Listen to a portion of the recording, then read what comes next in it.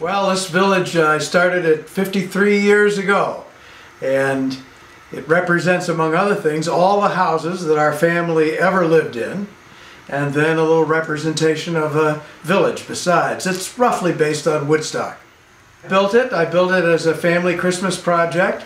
My kids are all proud of showing which house they were born in. The grandkids love it, so it's a good Christmas thing. So the little houses are made out of paper, reinforced by balsa wood. Then light them from inside, and I use tracing paper for the windows so the light will shine through. And it takes about a day to build a house.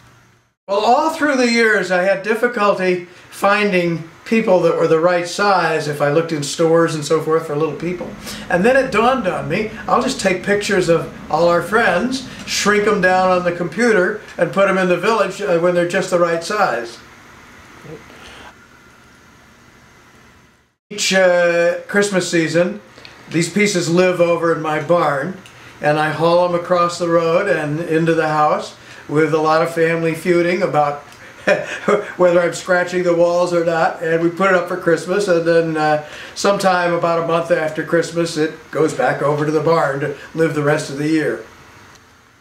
When I was at Dartmouth in my senior year, I was married. It was the first time we were settled down and having family life, and I thought, gee, it'd be nice to make a little village to go under the tree. So I made the house we were living in at Dartmouth, the married students' quarters, and made a couple of houses of the village. And then just through the years, I kept adding on as we moved houses, as we moved to new towns.